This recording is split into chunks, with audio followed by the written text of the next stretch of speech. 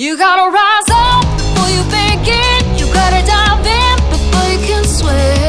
You gotta give it all to win. We're going all in. Hey everybody, welcome back. Besties are back for the All In podcast.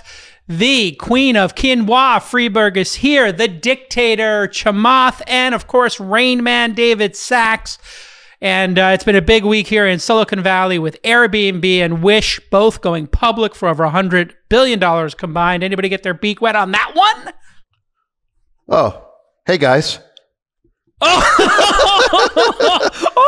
Oh, what? How are you, David? Yeah, I might have gotten my beak wet on a couple of those. So, oh, a little beak wet. Huh?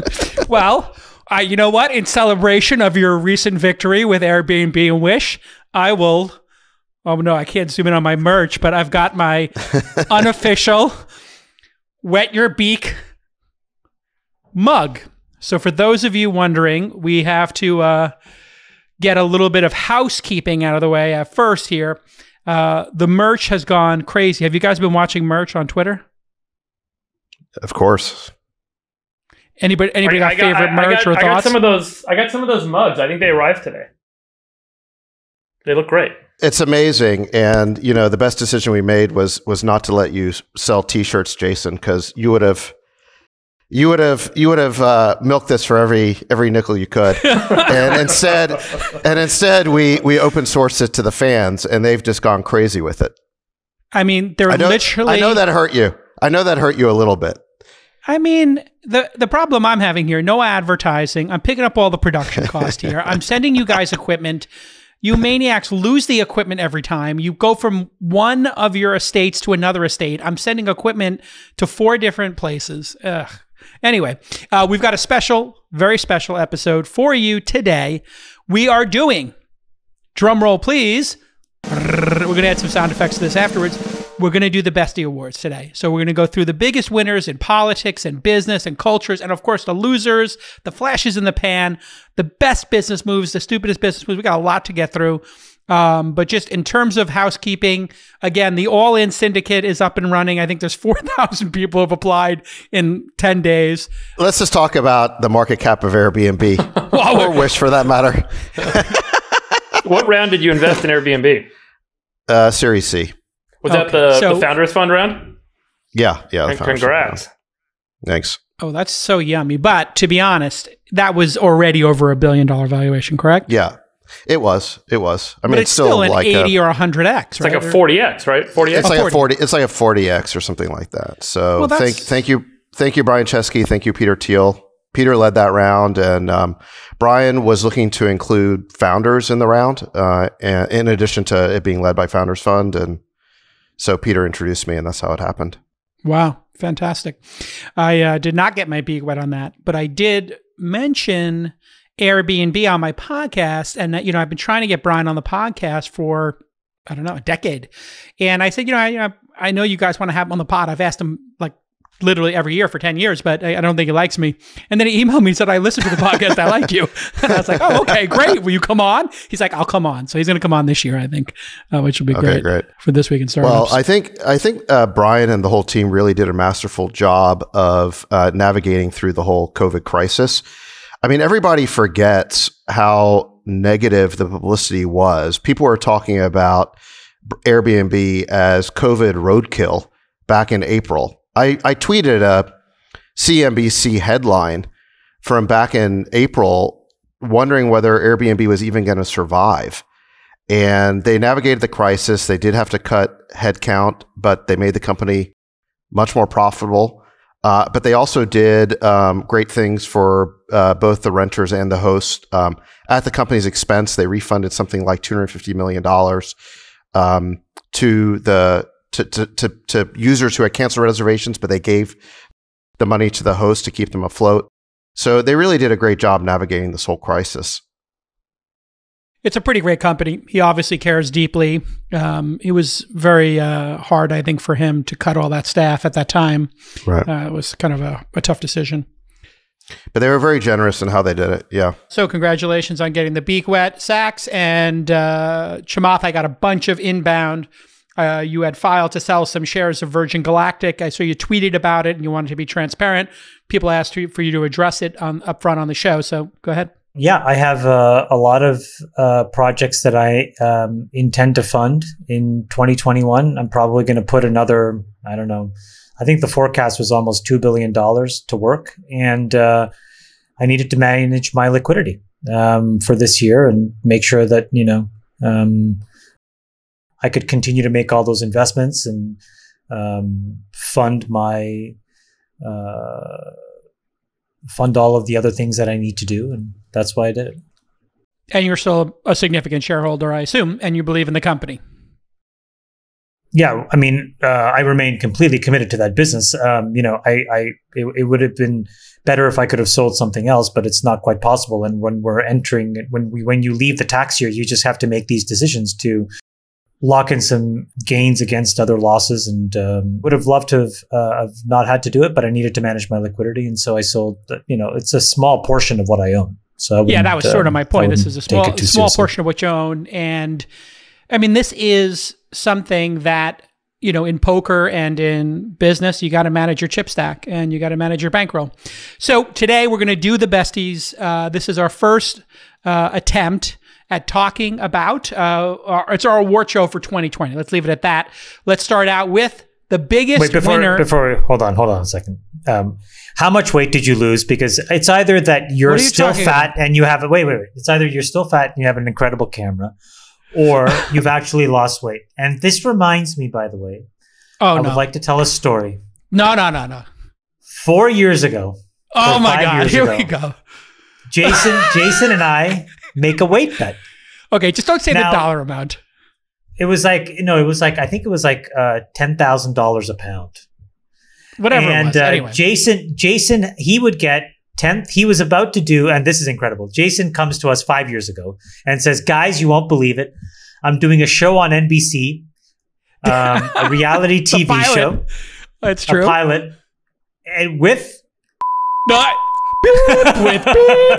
Please beep that out. Okay, beep that out. Beep and that out so I don't get canceled. Oh my God, that guy seems like a train wreck. But okay, that's fine. You're gonna do this pilot with beep beep. And NBC. And NBC, and don't you need to, be in fighting shape? And he said, yes, I need motivation. So I said, here's motivation. Let's make a weight bet. You need to be under 190 pounds, and I'll pay you $10,000 a pound that you're underneath. You pay me $10,000 a pound over. Yeah. It was like 6 months later, and I'm hosting a poker game, and I realized, oh my God, this is the last day of the bet. The day before. Oh, sorry. We started the day before, and then the last day of the bet is midnight. Yes. I wait till midnight, and I jump up, and I'm like, wait, bet! So I say, Jason, you got to be under 192.5 or 193 pounds. Yeah. He literally goes ashen white. And he says... More white than I am now. Okay. Because I just ate and I was maintaining my weight. He says, okay, that's fine. And he had been eating pizza, nachos. I mean, you sandbagged me. You sandbagged me. He ate a brick of brie. I swear to God, and then he says, Freeberg, you won't believe this. He goes, guys, I just need 5 minutes before the weigh-in.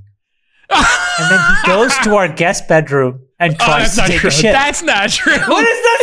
There was no code 13 in this story. You're fabricating now. He tried to shit out 5 pounds. I took a leak. Who can do that? That's fair. After eating all that pizza and cheese and nachos and everything. Anyways, he loses the weight bet. And he says, Chamath, this is completely unfair. I'm not going to pay you. He was like 196 pounds. I'm not paying you this money. Like 1 pound over. And he said, this bet is not over until midnight. Obviously. Yes, midnight, obviously, yes. 24 hours later. Fair enough. So I said, all right, fine, Jake, I'll fine. He goes home.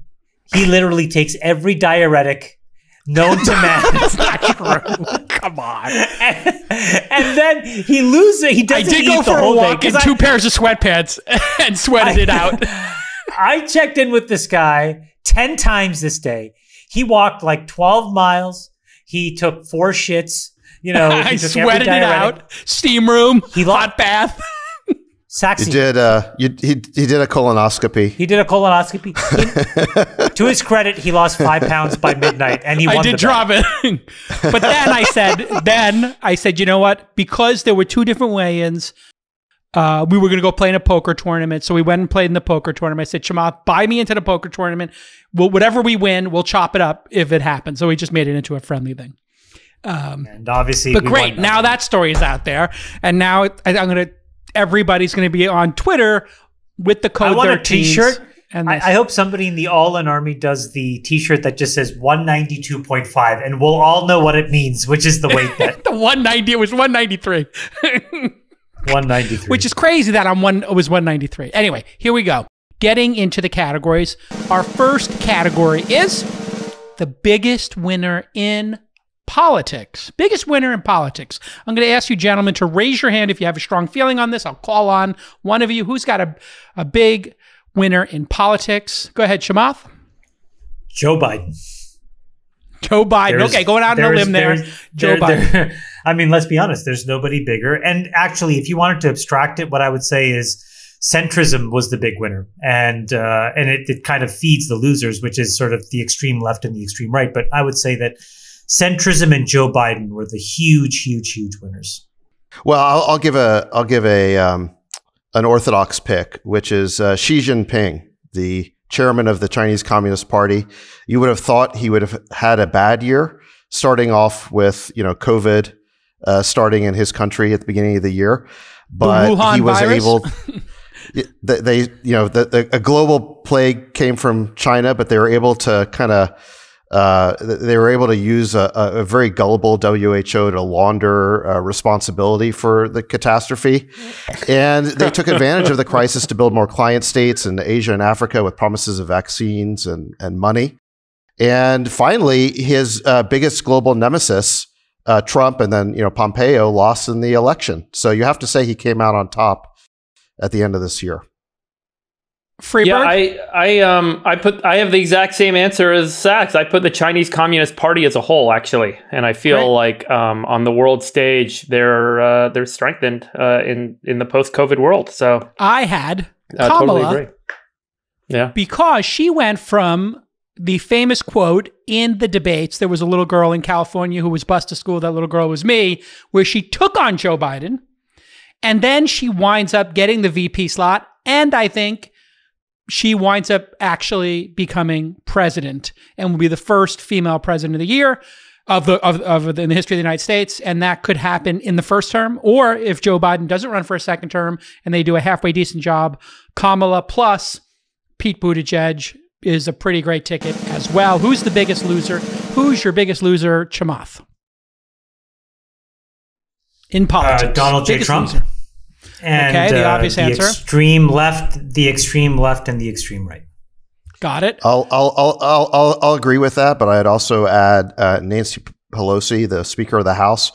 Her impeachment of Trump at the beginning of the year went absolutely nowhere. It wasn't even an issue in the election, and her majority in the House has almost completely disappeared. She lost a dozen seats.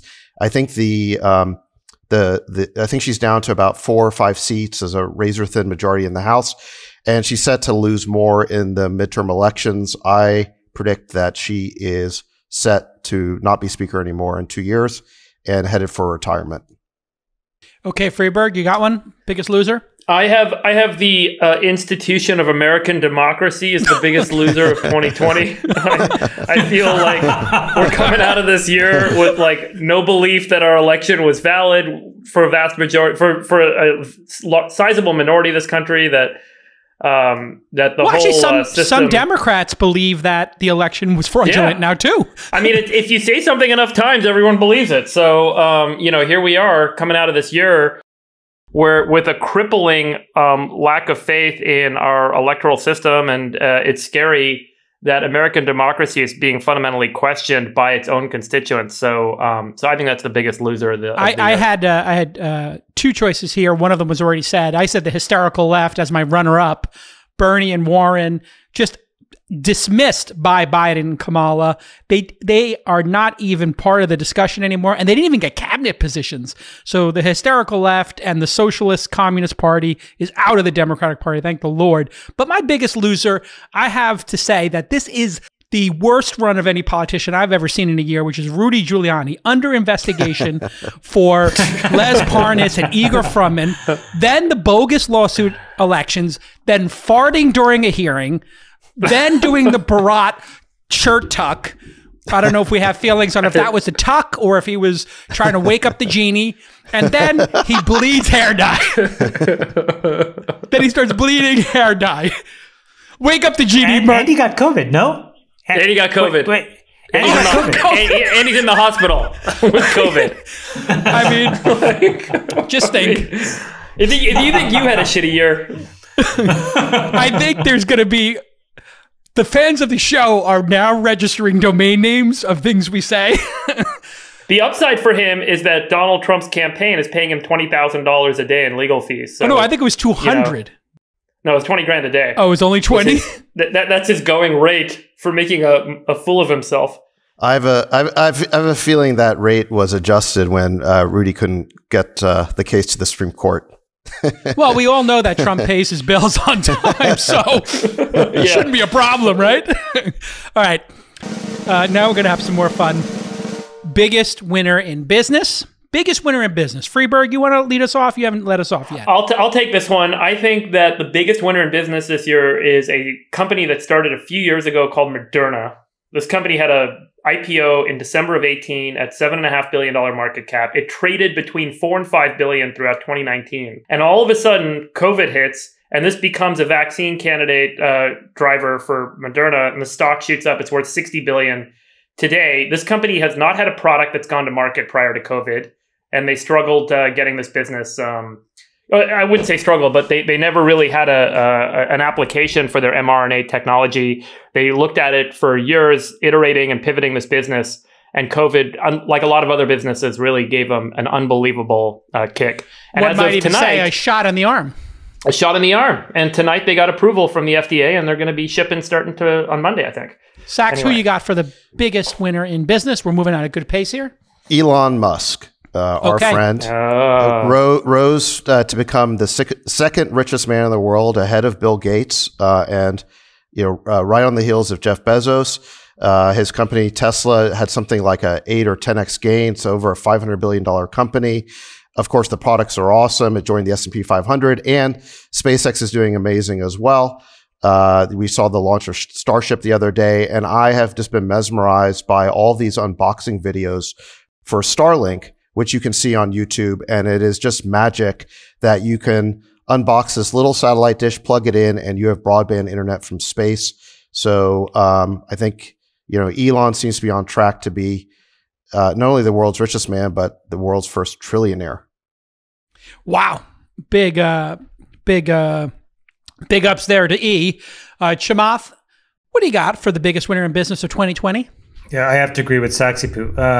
Elon basically has had, over the last 10 or 15 years, an incredible amount of challenges that he's overcome. He's had an incredible amount of haters. He's probably had to deal with stuff that most of us would have broken under. And he just fought through it. And the guy just basically bended all the haters until he crushed their souls. And I just think that that's incredible. Absolutely. And so Elon Musk is hands down the biggest, most obvious winner of 2020. That's the obvious winner. I'll give a couple of runner-ups here. I thought also on the runner-ups after Elon, Zoom beating Skype, Slack video, Google Hangouts, and fixing all their China issues and getting to a $100 billion valuation is notable. Obviously, Amazon did a great job because of the pandemic. And then just as an oddball out there, I just thought Adam Silver in the NBA bubble was an incredibly bold project that was executed so well and was such a delightful business moment and also a cultural moment that, you had the NBA shutting down during the pandemic. Remember that dramatic night on a Thursday night, and they canceled the games, and then they do the bubble and it works. And that gave me hope that we could get through the virus. So those were some of my other runners up. All right, the biggest loser in business in 2020. Go ahead, Chamath. Facebook and Google exiting the year with umpteen antitrust lawsuits. I think morale must be pretty brutal over there. There's no amount of money at some point that people are willing to get paid to walk in the door every day and just have to deal with those kinds of accusations. And so for all the good in the world that they do, it just must be really tough that they have to deal with it. But those guys, I think, are the biggest losers in business. Who do you got, Sachs?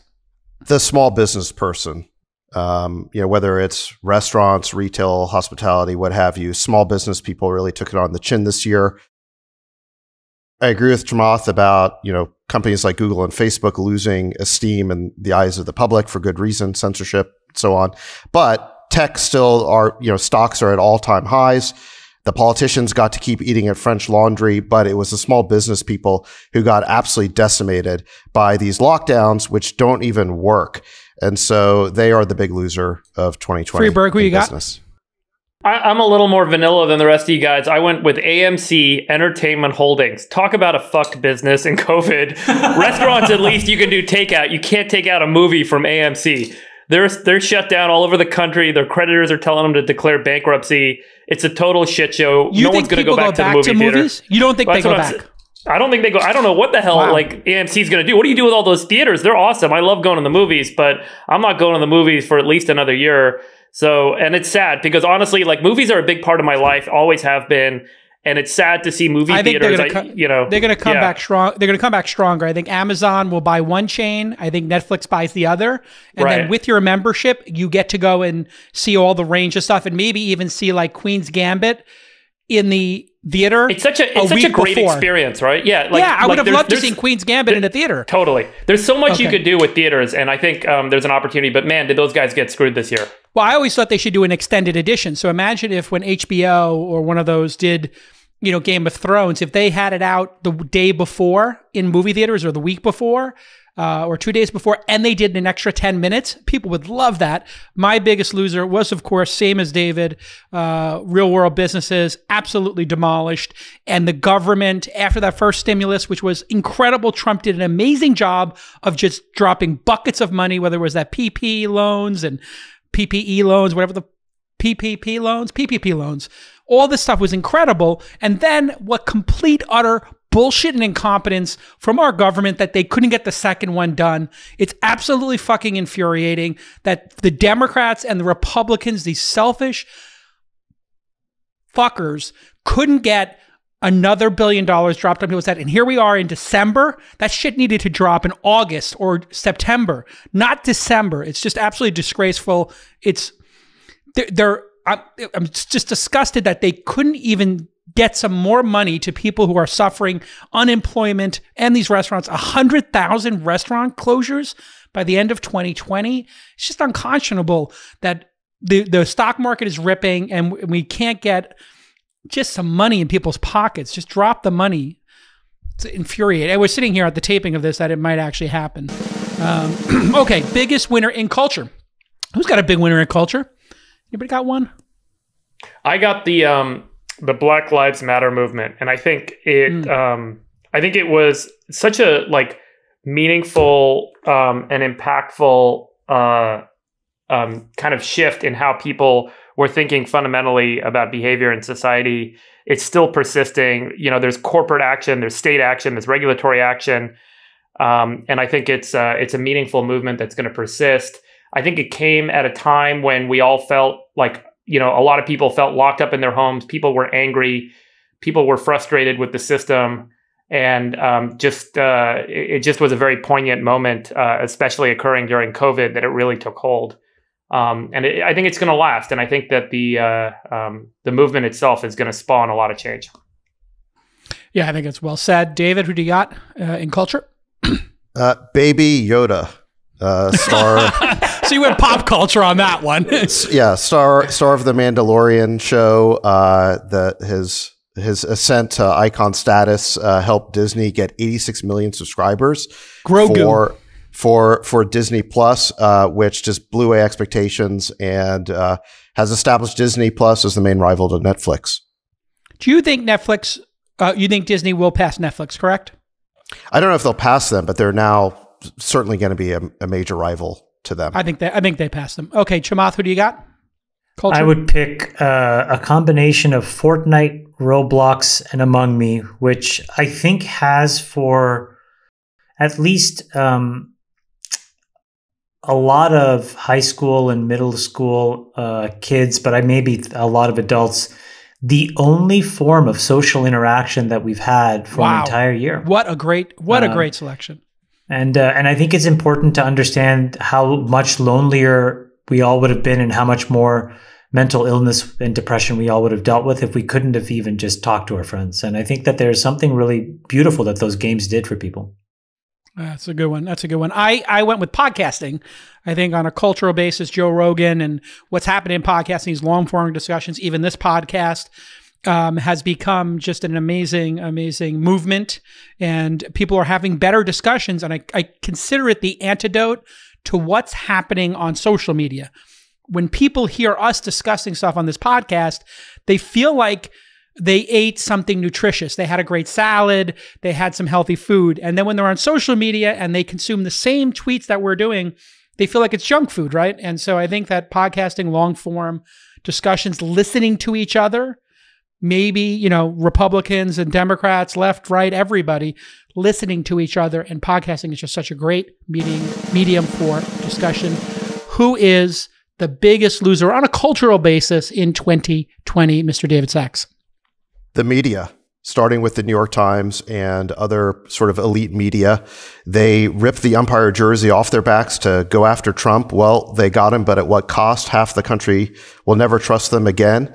This makes conspiracy theories more likely. It makes cultural divides deeper.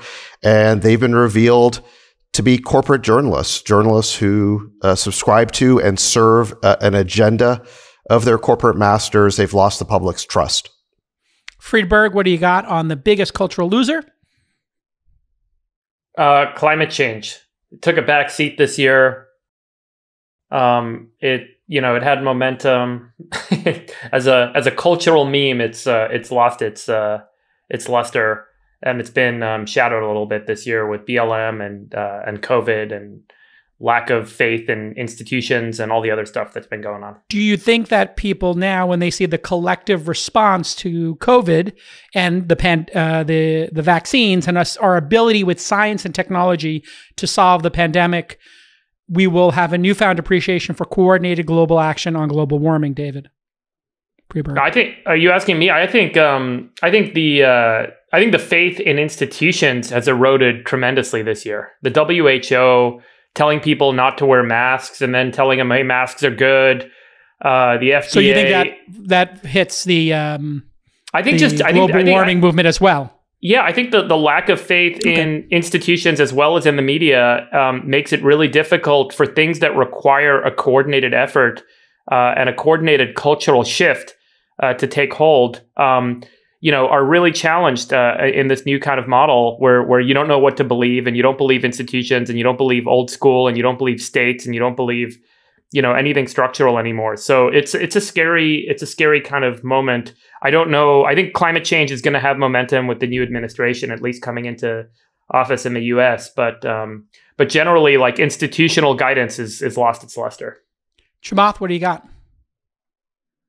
Wokeness. And I think when you now look at the realization of what we've gone through, people have realized that you can be extremely anti-racist and think Latinx is just a stupid label.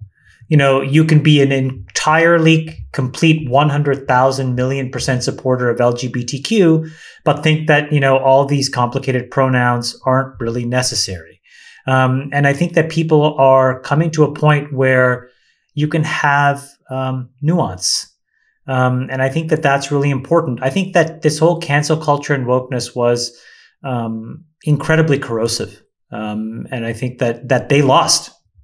I think it's actually a great I think it's a great point you're making, Chamath, because on the last episode, I fumbled the word MX, which none of us had ever seen. We all laughed about it. And then I just had this little thing. I was like, okay, I guess this is when I get canceled, because I laughed at the fact that, or I mispronounced it, right? And the fact that I thought, even for a second, that mispronouncing this term MX, which I then did research on, and I said, does anybody know how to pronounce the word MX on Twitter? So I figured I would preempt the dropping of the podcast by bringing it up on my Twitter. And people were like, are you trolling? I'm like, no, I'm asking. And I found videos, and it turns out there is an actual controversy in the trans community where MX, some people believe means mixed, M-I-X-E-D. Other people think it's MX as X the variable, as in the variable X. And so they're having their own debate. They're figuring it out. That's great. Everybody loves them. Everybody supports them. But the fact that I mispronounce it, should I be canceled for mispronouncing it? To the people that are struggling with that? Yeah. Well, Jason, can I tell those people that are struggling with whether X equals anything or X equals mixed? Just to touch upon Friedberg's point, the human race has caused 8% of all the species in the world to go extinct. And we have put another 22% of every single other species at the brink of extinction. At the same time, we have now expanded our footprint to touch 75% of the Earth's land surface. So until somebody fixes those problems, I don't actually want to know what the X stands for. Yeah. I mean, we're this idea that we're going to cancel until we put stimulus checks. Put the fucking stimulus checks into people's hands. Get these small businesses back to work. Then you can tell me what the X stands for. Yeah. Okay. My biggest loser on culture was the same exact as you, David. We're thinking similar. I have taken the red pill you gave me. I crushed it up. I've been snorting the red pill like crazy. People think I'm turning into a Republican, but I thought mainstream media and late stage journalism sacrificed objectivity specifically to get subscriptions, and they used the anti-Trump feelings and they worked them and got the ratings from them, and they literally used that. New York Times is the best example. I think the work you guys use for best example is canonical, of like using their anti-Trump feelings to get people to take out their wallets and subscribe. Everybody realizes it. They drove out Bari Weiss. They drove out their editor of the page for making people feel unsafe with their words. And then New York Magazine drove out Andrew Sullivan. And then Glenn Greenwald leaves his publication. I mean, anybody who dissents inside of one of these publications, they canceled them inside of a publication for an opinion on an opinion page. It's crazy. Okay, let's keep everything moving here. Biggest turnaround I guess this is biggest turnaround anything, but I did business. I'll lead off with mine. My best turnaround was Airbnb. They laid off 25% of the company in July, 1,900 of 7,500 employees. They cut their marketing budget by $800 million. And then they IPO 5 months later. And they had raised $1 billion at an $18 billion valuation, according to PitchBook, and now worth $88 billion a week after the IPO. That is a turnaround of all turnarounds. David, who did you have? This is where I had Joe Biden. He finished fourth in Iowa, fifth in New Hampshire. No candidate has ever bombed that badly in the first two contests and gone on to win the nomination. Biden roared back in South Carolina and then won big on Super Tuesday and wrapped up the party nomination by March. Biggest political comeback ever. Who do you got, Freeberg? I got Airbnb as well. I mean, and here's one of the craziest stats. They're sitting there in Q1 with a great business. Revenue dropped 67% in Q2. Oof. Can you just imagine the experience of 67% of your revenue going away in one quarter? Cash burn skyrockets, and just having to respond quickly and still maintain integrity with your customers and your employees as a leadership team. I mean, it was an incredible leadership demonstration. It's a five alarm fire, right? I mean, it's literally, you got to get everybody out of the building. Here we go. I agree with that. I agree with that. I agree with that. Sachs is wearing his beak. Yeah. Who do you got, Chamath? I'm curious. Who is your best turnaround? Censorship existed in draconian and the dark ages of our journey as a country and in the world, and it came roaring back this year. The amount of people that have been muzzled, stifled, the amount of fact and science that literally just gets judged willy-nilly by our distribution points like Facebook and Twitter and Medium. It's really scary. So censorship made a roaring comeback in 2020. I like it. I like it a lot. Okay, now we go on to the biggest flash in the pan. You can interpret this any way you like. What do you got, Saxy Poo? Rain The Man. WHO. The WHO. Who? Nobody knew who. The World Health Organization. Nobody knew what the WHO was before this year. Then they have become, somehow this global authority on COVID, despite getting everything wrong. They initially said that we didn't need to wear masks. They didn't update that until June 5th. This was about 10 weeks after my blog saying that, masks were a good idea. They got the method of transmission wrong. They were saying that transmission mainly occurred through fomites, which is contagious surfaces instead of respiratory particles. They initially said that lockdowns worked. Then they modified their policy on that because of its impact to marginal groups. And so the WHO has just gotten everything wrong this year. And despite that fact, you now have, to Chamath's point, Google, YouTube, and even sites like LinkedIn or Nextdoor are now censoring people's statements if they contradict the WHO, apparently without irony, because nobody has contradicted the WHO more than the WHO itself. I look forward to next year when nobody cares about the WHO anymore. Great. Friedberg, what do you got? Flash in the pan. I put hydroxychloroquine. You guys remember? Yeah, that was good. Good pull. It was gonna save the world for a minute or two, and then here we are. And so I'm just gonna leave it at that. Yeah. Okay. Yeah, Everybody knows. You may have heard of hydrochloroquine. Okay. Miracle. Some people say it's a miracle. I took it. It's great. Chamath, what do you got? It's actually quite related to this, and I thought that she was marvelous, but I do think she will disappear off the scene, which is Sarah Cooper, which basically in the last month of the campaign, kind of just disappeared, and now is I don't think anybody knows who Sarah Cooper is, and probably in a year from now won't. But for those dark months of the pandemic, her mockery of Trump was some of the funniest stuff on Twitter that I'd ever seen. Sarah Cooper's amazing. Yeah, she got a Netflix, and I don't think she'll be a flash in the pan. I think she'll come back.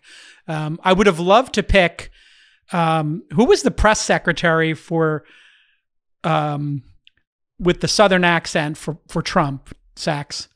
Sarah Huckabee Sanders? Yeah, Huckabee. But I think she was gone by 2020, so I can't pick her, but she was amazing at defending Trump. She's like, you all are dumb, and Trump is smart, and he has 150 IQ, and he owns Mar-a-Lago, and he has a jet, and his jet's bigger than your jet, and you are the fake news media. And I don't care what you say. American public don't know what you say. And Trump is amazing in bed. He was banging porn stars when y'all were jerking. I mean, she would defend him. That's who I want as my PR person. She defended him for all time. My biggest flash in the plan, though, I don't think you need a PR person. Yeah. I don't need a PR person. We got this podcast now. We don't need the press or PR. We just go right to the audience. Nikola trading at $34 billion. They took your precious SPACs, Chamath, and they perverted it with a dipshit, Milton, who was on my podcast and couldn't answer basic questions. It's now worth $6 billion. I predict it will be worth 60 cents. I kid you not, this company will go to zero, is my prediction.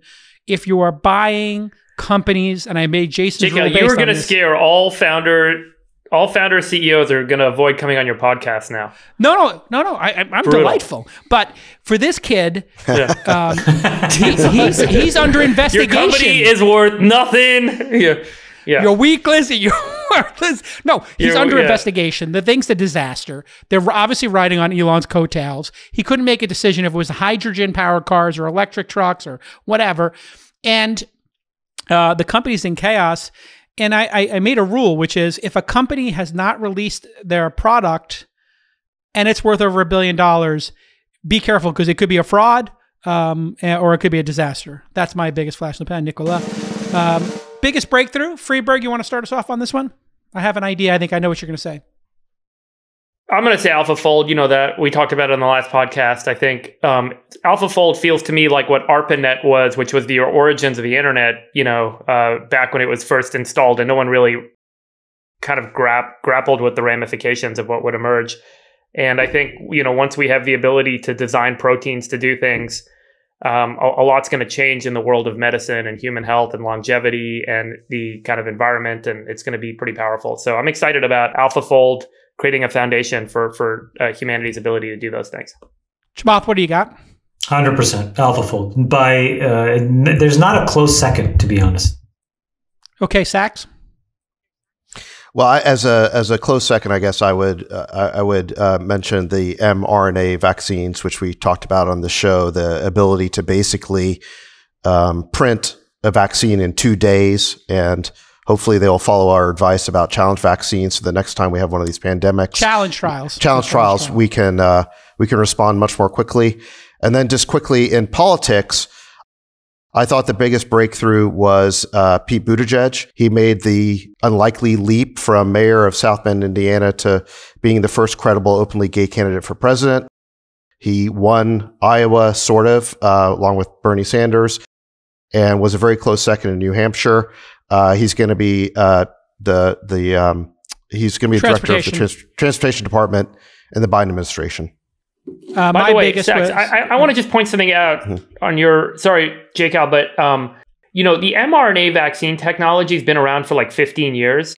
And regulatory barriers and regulatory constraints have largely kept this stuff from coming to market. And it's interesting how, in a year where we have this pandemic emergency, we can take this technology that has been around and has been available to us for so long, and suddenly, all the regulatory barriers get dropped and things come to market that change the world. I think it's a great highlight of like what's possible when some regulatory constraints are diminished a little bit and technology is really allowed to flourish and see the light of day. We all act so surprised that this technology works, but it's been here for a while. It's pretty astounding that it hasn't worked or hasn't been allowed to work in the past. In a previous episode, just an observation I think is worth highlighting. Yeah, I think it's a really valid one because it wasn't a breakthrough that occurred this year. The breakthrough was they broke through the regulations. You said you wanted to wait and see some people get the vaccines first. And then that led to some accounts on the Twitter saying, "Are you still anti-vaccination?" And I had to correct them. You never said you were anti-vaccination. To be clear, you said you might want to wait. Anti-vax, not at all. No, no. You said you wanted to wait. Yes. No. I think my point is, I think a lot of people are going to latch on. Sorry, let me just be really clear. I think a lot of people are going to latch on to the small number of cases that are going to be amplified of people having adverse reactions to this, new technology vaccine. In Alaska the other day, like 2 days ago, there was a nurse who got the vaccine and she had a really bad anaphylactic reaction to it. She had to be given epinephrine twice to survive. And she came out and she was fine. But it's that storytelling. That's like, they assume it should be some small percentage of people will have some reaction to this thing. But that is the storytelling that will keep people from doing this. And I think that is the biggest kind of concern.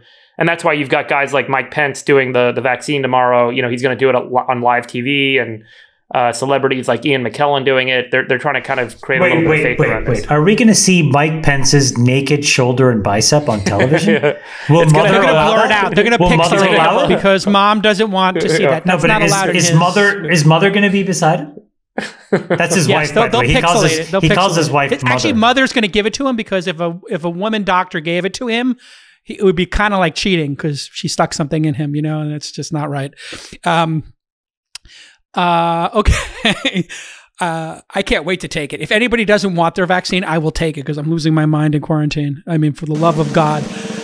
Smartest business move, Chamath. I think 2020 was the year of the SPAC. I think that it is. It's an incredibly. It's done something really, really, really important in the capital markets. So that. Can you give Chamath his Bestie Award now, JKL? Yes, accepting his Bestie Award, give it to him by himself. Would you like an acceptance speech? I would like the to smartest thank business me. move. I would like to thank me. The smartest business move, me. Sachs, what was your smartest business move? or the smartest business move in business. Well, I'd like to thank Chamath for the SPAC thing too, because I was in Open Door and I was in Porch, and both of them are SPACing this year. So, I'm in Desktop Metal. I'm going to go. We have to agree. Chamath is the best in business. You've wet all of our beaks. So. Yeah, I mean, actually, if you think about it, I've done 6 deals this year. Are we still talking about me? Or okay, stop. We have to play the music, the walk-off music on the Oscars. Da, da, da, da, da, da, da. Oh my God! Accepting his second bestie is Chamath. I wish he's been nominated 3 times, but this is the only bestie he's won. I really wanted to be in that reality show with you and. Oh, beep, beep, and beep, beep. I mean, talk about dodging a bullet. We went with this trailer to the top 5 studios.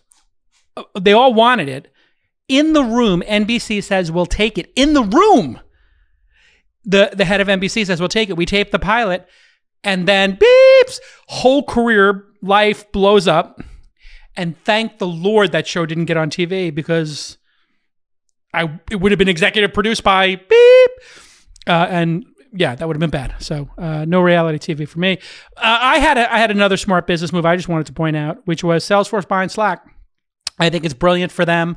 I think they're going to look back on the 10% they paid of their capital for Slack. And I think Slack will be more important than Salesforce ultimately in business. It's a huge, the most important brand there. What a crown jewel! What a great move by Benioff and Brett Taylor, and I just think what a great asset. Totally. Will it be better for them than YouTube is for Google or Instagram is for Facebook? I think it's on that level. Actually, I think it's of that order of magnitude where the importance of those assets to those companies, Slack will be to Salesforce. Cost 20 times, 30 times as much though. So less upside, but. Less still. upside, but in terms of like lock-in and value and the prevention of churn over time, I think it's going to be huge. I mean, it could be at some point the company is Slack, Salesforce. Like Slack will be the preeminent brand there. David, did you go for this for smartest business move? I agree. I agree with both the ones you've already done. Okay, I'm gonna rattle one off real quick. I think people miss this, but at the bottom of the market, Silver Lake did this massive debt deal into Airbnb, which, if you'll remember, is reminiscent to me of Warren Buffett, giving $5 billion to Swiss Re and Goldman Sachs, and he earned a 12% coupon and got warrants in both those companies, and it just paid a tremendous return for him. Silver Lake swooped into Airbnb in April, gave him a 12% debt deal for $1 billion, and they got warrants. That the warrants today are worth about $1.4 billion. And this debt is probably worth 3 times what they put in. So in like 6 months, these guys have basically turned $1 billion of debt into $4 billion of value. It was an incredible deal, incredibly gutsy. If you think about what we were all feeling in early April about the market and where the world was headed, we had no fucking clue. For these guys to swoop in and do that, I thought was super impressive. The other one, I had a couple on this because I want to rattle these off. The other one was Bill Ackman bought an S&P put for $27 million that he sold for $2.6 billion. Yeah, he bought credit default insurance on a whole strip of credit default insurance of debt. Yeah. But he turned a $27 million insurance instrument into $2.6 billion of returns for his fund, and he still didn't sell his portfolio. In fact, he bought at the bottom. And I mean, the foresight this guy had going into the down market ahead of March, he saw that the market was going to tank because of COVID. He made a bet on it. It was a tiny bet for him, but man, to turn 27 million into 2.6 billion in like 60 days or 90 days, unbelievable. And then he bought stock in his companies at the bottom. What a gutsy investor. And then was there anything fugazi on that with where he had gone on CNBC and talked, and he did this whole big, No. He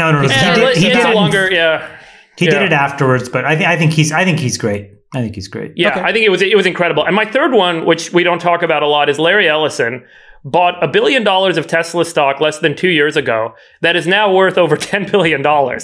And he did it, and he joined the board. And, you put your money where your mouth is, and you take ownership. And, I don't know much about Larry, but there was a lot of naysayers about Tesla saying they were bubbly and overvalued at that time. And it was Tesla Q. He did it in the middle of the Tesla Q shorting movement. And now he can buy not just Lanai, but he can probably get Kawhi to go with it. He could buy another island. Anyway, those were three gutsy bets that I thought were worth highlighting that just really impressed me. And you know, it's when the markets are down, when you're facing the abyss, when everyone else is telling you you're wrong, and you make a big bet like that, and it pays off. That's the kind of stuff that I think returns are made from and character is built. And those are just really impressive moves for me that stood out. So there was a lot of impressive moves this year. The tide went out and came back in real quick. So there were some dumb business moves as well. Sachs, you got a dumb business move that was a highlight for 2020? The city of San Francisco biting the hand that feeds it. For years, these politicians have been shitting on the tech community, acting like the tech community was somehow a parasite on San Francisco. Well, you know, now because of COVID, congratulations, the tech community has the option to leave. You have a lot of people leaving, and there are gigantic budget deficits for the city. The schools have giant budget deficits. It's not clear how they're going to close these things. And it's looking that more and more like it wasn't tech that was a parasite. It was the politicians who are the parasites, and nobody knows how to fix the city of San Francisco anymore. Yeah. Okay. Dumbest business move, Chamath? I think it's a tough one. I think it was probably for me the governor of California's handling of COVID. Well, I guess that's more political than business, but well, no, I mean it did impact businesses, so I think I'll allow it. I'll allow it. I think that what he showed was how naked partisanship was in decision making that should have been based on science and fact. And the quality of the decision making just eroded every single decision that he made. And then now, you know, as David said, it's kind of like you have this you have this moment where it's like, you know, the Just Eat Cake moment where he's eating at French Laundry, and the day after he's like basically shutting the whole world down again. It's very frustrating. So I think that he also is shutting down beaches, right? And then, you know, the stay-at-home orders and not letting people leave their house and go to a beach or eat outdoors. All that does is send them inside. They're going to have a party inside their house. Well, there was a great tweet. Stupid. There's a great tweet that said, you know, I'm not allowed to go to the store. I'm not allowed to go to the shopping center, but I'm going to take my child on a walk. And if anybody stops me, I'm just going to tell them I'm taking her to the nail salon. And the reason is because you couldn't walk to the park, but you could go to the nail salon. And so, you know, this tweet was just reminiscent of just how arbitrary and random this stuff was. And it had just so many downstream impacts. So I think that was a huge fail of 2020. And nobody loves hypocrisy. I picked my smartest business move with Salesforce buying Slack. Conversely, I'm picking my dumbest business move with Slack's board selling Slack. This is the stupidest thing I've ever seen. I understand they felt like maybe it was a great deal, but I would have much rather seen them do what Jeff did at Twilio. To be honest with you, I mean, I left the board, and I just don't know why. I wish I could have gotten the call because I would have bought it. Yeah. I agree with you. I think network effects are incredibly unique assets. They're very, very rare. I think we've all been around them. We've worked in them. The other David has, I have, Jason, you have. It is the single most incredible momentum driver and, you know, sort of tailwind. And when it exists, you just never give it up. And so I agree with you. I would have bought Slack if they would have given me a shot. So we ride our winners and you appreciate network effects. If you look at what Jeff Lawson did at Twilio, he started with much less, I think. He started with nothing. With Twilio. Jeff then Lawson he buys SendGrid and Segment. Their incredible. market cap has gone 12. It's 12x market cap. They went from $29 a share to $365 a year in 3 years. They're at $60 billion. Slack should have been buying other companies with their equity, and they should have built and rolled up all of the other HubSpots or whatever else is out there that they could afford to buy, Zendesk, whatever. I'm not sure that the M&A strategy was the hard part. I just think that it's when you're in the bowels of these companies, as we all know, it's super hard, right? So, I mean, I don't think you can fail Stuart and the team, but I think that somewhere along the way, just the realization of how special and unique that network effect was didn't happen, because it would have given a different team, a level of energy or comfort to kind of really go for the brass ring, as you said. And but hopefully they'll be able to execute it at Salesforce. Okay, did I get everybody's dumbest business move? My dumbest business move was myself. So I will take. Accepting the award for being a schmuck is Friedberg. I think for me and anyone else that fucking hedged or shorted the market or sold during the dip in March, I learned the most valuable lesson I've learned in my investing career to date. You just want to invest and hold shares in great businesses and not try and time markets, because that's always a loser's game and a fool's errand. And I think, worrying about the market going down or up, as long as you hold shares in great businesses, it doesn't matter. Trading is not for me. It was stupid. And I just feel like a lot of people learned that lesson this year. I've heard a lot of people that kind of freaked out and got out of the market, and then they regretted it and tried to get back in, and it was too late, and yada, yada. I read a document that someone wrote for me, and she wrote this incredible quote that I had never heard from Buffett, and I'll give it to you, Friedberg, because it's very apropos of this. Buffett had this statement, which is that it's not about timing the market; it is about time in market. And I just think that's so beautiful, because it's so simple, but it basically summarizes exactly what you said, which is get in, close your eyes. And if again, unless for liquidity, you just don't ever sell. Yeah. It's a fool's errand to try to time the market, sit on your hands, ride your winners. And he always said, listen, if I own this business and I love it and it's at a discount, I should want to own more of it. I believe that was another Buffett. I don't know the exact quote.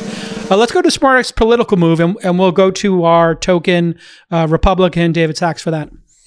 Well, it's funny you identify me that way, because my smartest political move goes to Congressman Jim Clyburn, Democrat of South Carolina, for endorsing Joe Biden just before the South Carolina primary.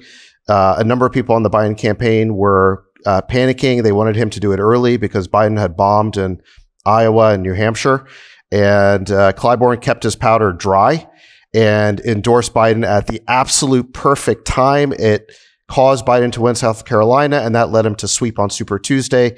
Jim Clyburn was the kingmaker of 2020. Without him, Joe Biden would not be president. Wow. Okay. Who do you got? Freeberg. Smartest political move of 2020 was Joe Biden staying quiet, hanging out in his bunker, and letting Trump do his own damage. End of story. I feel like if that Biden knew that it wasn't his election to win, it was Trump's election to lose, and I think he let him go out and lose it. And that to me was smart advice and smart action. Sometimes the best action is inaction. He just slow played aces. He hit his set. He just checked, and he watched him fire. Who do you got, Chamath? Smartest political move. Smartest political move, which you will not see until 2022 or 23, but laid the groundwork this year, and I thought it was brilliantly done, was Nikki Haley, who I think will be the Republican nominee for president in 2024. Nice. And she did an unbelievable job of tricking Trump to believe that he was her supporter, then getting distribution, and then basically subtly telling everybody that she thought that he was an idiot. And I thought that she was brilliant in. So she didn't look like a rat leaving the ship. She looked like, a rebel or something getting off the ship. I think if you want to find somebody to consolidate center-right politics in 2024, my money would be on Nikki Haley. All right. I went with the smartest political move. I also went for the long game. Pete Buttigieg going on Fox recently. I think he did obviously a masterful job. You had that, Sachs, earlier. But he started going on Fox and basically being really spicy with them and supporting the hell out of Biden. And then he gets himself this Secretary of Transportation. And I think he's set up to either be the VP or the presidential candidate in the future. And I think he's going to be one of the bright stars. I also would, I think Andrew Yang, nothing happened for him this year, really. I don't know. But I felt like he also is, my understanding is he's going to run for mayor of New York. That was another amazing political winner in all of this. I don't know if anybody has feelings on either of those. I love Andrew Yang. I think he's fabulous. He's coming on the pod. Pragmatic, centrist, smart, capable, competent. Good listener. He attracts a plurality of people. Yeah. Temperament. And I think he's spoken out against cancel culture. And so, whenever I see somebody in the left speaking out against cancel culture and censorship, like the way Chamath has, that definitely, to me, elevates them in my book. Are you saying Chamath is someone from the left? Well, it's amazing how much we agree on, Well, I mean, I think that you have this left and right definitions, which have become very hard to understand. And I think what we have to get back to is the American principled idea of freedoms and opportunity, right? And I don't think either of the parties actually were representing that properly. Dumbest political move of the year. I think I know where everybody's going to go with this, but I would like to. Rudy Giuliani's press conference at the sex shop. I mean, how amateurish is that group of people? The Four Seasons gardening. We're going to be at the Four. Were they trolling us and trying to get press for it? I don't understand that one. Unbelievable. So you go with Rudy Giuliani for the dumbest political move. Sax, what do you got? I have a feeling I know what Sax got. Well, I got a tie here between one was defund the police. As a political slogan, the whole country. The BLM movement had the whole country on its side. After the George Floyd video came out, everybody was in favor of sensible reforms to control the use of force by the police. And then they introduced the slogan of defund the police, and it scared voters across the country into voting for Republicans in Congress. And it probably cost Joe Biden not the presidency, but Congress. And my tie, the other half of that was Donald Trump refusing to wear a mask or to endorse masks.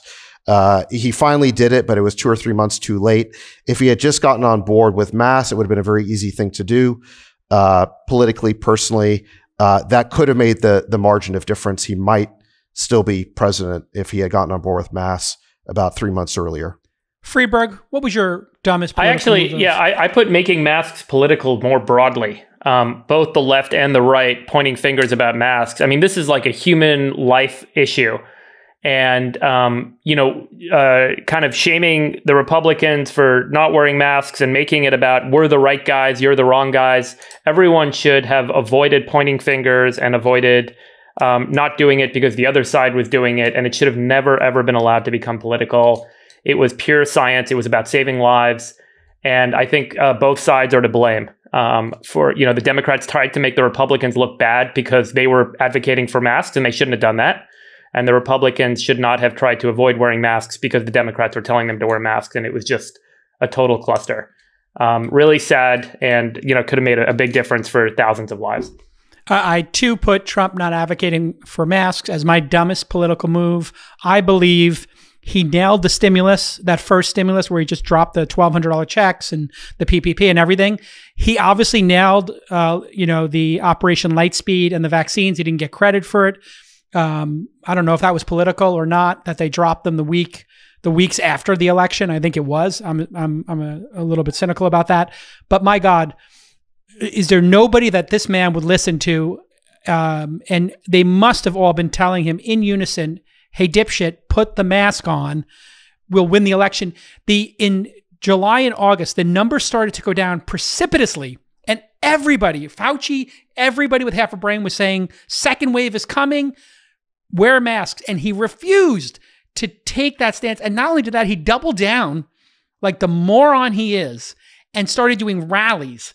This person is such a complete idiot, grifter, and just imbecile that he couldn't see the clear path to victory. And he was tempting fate. And of course, he winds up getting COVID. I mean, the idiocracy of the moment is just so profound. He absolutely would have sailed into that second term. We were sitting here on this very podcast, and we all believed he was going to sail into the second term when the market started ripping back and the COVID numbers went down. And because of the stupidity of not wearing masks, thank God we got him out. But to the families who lost loved ones, he's a murderer, period. We're moving on. Best political theater. Besides what I just said. Trump inhaling COVID into his body and then taking the polyclonal antibodies to heal himself and show the American population that it's just not that bad. It was the best stunt, the best theater I've seen, and I don't know what the hell else could have beaten it this year. I mean, the guy when he went literally to the balcony, when he went to the balcony and could barely breathe. Out, he buckled himself in. He buttoned up his jacket. He stared out, the lights in his face. He was glowing. He had the antibodies rushing through his body. He was healing his body. He was on speed, man. Come on. Yeah. I thought the best so political incredible. theater was when the Democratic leadership did like the Colin Kaepernick one knee in kente cloths in the rotunda of the Congress. Oh my Lord. Can somebody, Nick, can you just throw the picture of that up there? I mean, half of them are so old they couldn't get down on one who picked knee. them back up? They all hit their life alert. They got the life alert. I'm falling. I can't get up. Like 20 life alerts have never gone off in the same room. But the kente cloths were just so over the top. Like, you didn't need the kente cloths. They really were kente cloths. Oh my Lord. Oh Lord. So funny. All right. My best political theater I'm crying. I'm laughing so much. My best political theater is, I don't know who this congresswoman is, but I am falling in love with her. Her name is Katie Porter. Oh my God. She takes out a whiteboard and she's fabulous. No, she's so fabulous. great. She owns people with that whiteboard. It's the greatest. She basically does math. And people are just, I mean, she's done this now 2 or 3 times where she just takes people down, and she did it to Mnuchin. Like, she was like, is today Tuesday? And he's like, you know today's Tuesday. She's like, can you tell me if today's Tuesday? And she just destroys people. I've just never seen anything like it. And she's awesome. So best political theater for me. I don't know. David, did we get yours? Well, yeah, I mean, so I thought the French Laundry photos, all these politicians violating their own lockdown policies was some pretty good theater. Theater. Yeah, you had Gavin Newsom and London Breed dining at French Laundry. You had Nancy Pelosi going to that hair salon. Any Republicans do something like that? Well, I would tell you if I knew of any, but Trump rallies. The Republicans, perhaps? but the Republicans haven't been supporting lockdowns. So, look, if there was a Republican who was supporting how about the lockdowns, Rose Garden Supreme Court, where they had a super spreader event at the White House? But they weren't. But that wasn't political theater because they weren't violating their own policies. Oh, I see. They were saying that people could take the risk. Got it. Okay. I'm picking these politicians because they're it's the hypocrisy. The one I loved the best out of all the hypocritical politicians was the one who was like, please stay. It was the governor of some place, Colorado or something. And he's like, please stay home with your family. Do not travel for Thanksgiving. It's going to be too dangerous. And then they find out he did that tweet while at a Southwest gate going with his family to Thanksgiving. And they literally have pictures of him on his phone, and the picture was timed at the timestamp of the tweet, if I have my understanding correct. I forgot the guy's name, but there were so many of these. Yeah. Well, let me give you another one. There was the LA County Supervisor, Sheila Kuhl, cast the deciding vote to shut down outdoor dining in Los Angeles, only to be photographed eating at El Fornallo in Santa Monica 2 hours later. So it's just completely hypocritical, and this is why there could be a big recall next year in California. I think we have to put political theater as one category of just loathsome political theater, because we're going on to worse political theater, and the stuff we've seen has been pretty horrific. I'm going to lead us off with my worst political theater, which was the banning of TikTok was absolutely the right thing to do. And then they just handed it off as like a gift to Oracle to make money and maybe be their server farm. I don't understand. We were supposed to ban it and get it the fuck out of the App Store. And that was just terrible political theater. Anybody else got more political theater that we'll put in our loathsome political theater? Well, Jason, just so you understand that I'm being politically even-handed. This is where I had Rudy Giuliani and his tour of self-immolation from He did melt. Right. From the press conference in front of the crematorium to the hair dye meltdown to the Borat video. All right, we need to hold on. I'm gonna call an audible. I'm calling an audible here. We're gonna have a new category to getting COVID. Worst Rudy Giuliani moment. Can we have a Giuliani award? Can we have the Giuliani award next year? Yeah, Giuliani award for self-immolation. Yeah, right. Yeah, the self-immolation award. What is the worst thing? The worst Giuliani moment? Oh, I think the saddest moment was the in the Borat thing. That was sad because you just felt like this is an old broken man. Yeah. It was creepy and it was just sad. He was like desperate and he was creepy and it was. But the worst Giuliani lifetime award. The worst though was actually, if you listen to the testimony when he farted, it was really terrible. Twice? It was really terrible actually. If you listen to the testimony, you're just like, what is this guy saying? It's out of control. Well, also, I think we have to cut into here. The poor woman sitting next to him, who's clearly in range. I mean, she's in the blast zone. He rips it. He rips it. And she looks him. She gives him side eye. But she is so like scared to react to such an obvious carpet bombing that she just keeps a straight face, but her eyes go boop. That was unforgivable. Must have been a stinker. I mean, it was loud. It had resonance. It was, yeah. Can I give one other example? And I don't know whether this is best or worst theater, but the congressional hearings with the tech CEOs, where the senators grilled all of the tech CEOs, and it was definitely political theater. But on the other hand, they all deserved it, and there's going to be more of it next year. Okay, let's do lightning round. I put that one as my worst political theater because I thought what was so depressing about it was how little the congressional the Congress people actually understood of these businesses. And they went off on rants and tirades about, you're blocking Republican voice on Twitter and you're doing this. And none of it actually focused on, the monopolistic practices that was the intention of the hearing in the first place. When they actually got into those points, when they tried to talk about how the ad networks work and how targeting works, they didn't have any clue. The people really inside these companies don't even know how it works, and they built it. I mean, these things are complex. I'll tell you, I just think it's really sad that that folks in Congress, honestly, are so disconnected from understanding technology and understanding, modern business practices, and they can't actually, tackle the real issues. And it makes neither me a little does the scared. squad. Yeah. I mean, AOC didn't understand what a tax break was. I mean, so even no the young clue. ones don't understand stuff. I mean, we're getting the worst possible representation. Okay, now we're going to go to lightning round with our final two categories. Best meme. For me, it was the funeral dancers, followed up by Michael Jordan. I took that personally, and I, of course, loved Chamath's mix-up that one of you maniac all-in Army members made. Who do you got who got best memes? Any got a best meme? Tubin. Oh. Tubin. Yeah, forever, that's it. Forever a cautionary tale about what not to do on a Zoom call. Yes.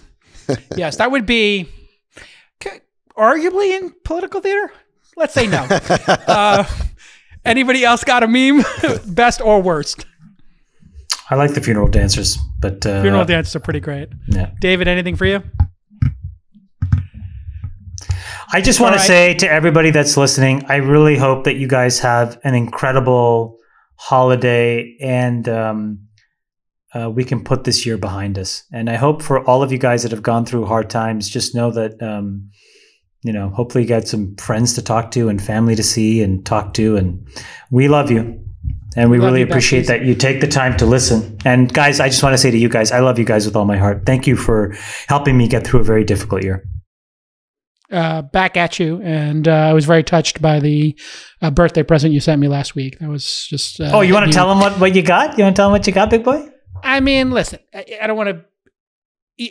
Chamath, I get a big crate at the house.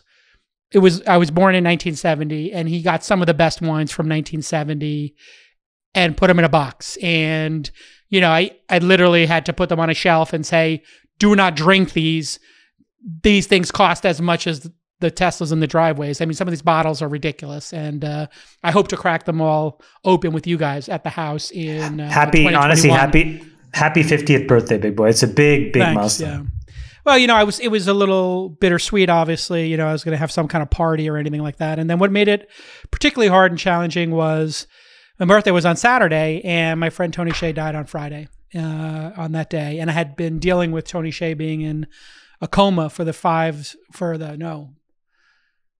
days before that. And then I found out that afternoon that they tragically had to pull the plug, or I assume that's what happened. I shouldn't say that. I don't want to speak out of turn, but this has been a shitty year, and I really hope that anybody out there who is suffering from mental illness or struggling in any way, call a friend. And I think the reason this podcast has resonated with so many people, and I hear this from people when they listen to the pod, is our friendship. And they hear us talk, and they hear us laugh, and they hear us joke, and the value of friendship and the love and the joy. And people just can't believe when Chamath says, and men say to each other, they love each other. And they can't believe that Sax almost is able to say it. And there's people think by episode 25, Sax will be able to say it back to us. But we'll try right now. We'll see if we can close 2020, 21. We're all going to say, I love you, David Sachs. And then let's just see if this can work. Right, I love you, David Sachs. I love you, David Sachs. Back at you. We'll take it. We'll take it. I love you guys. Love you guys. Happy holidays. Love you guys. See you guys in the new year. See you in the new year. Bye-bye, besties.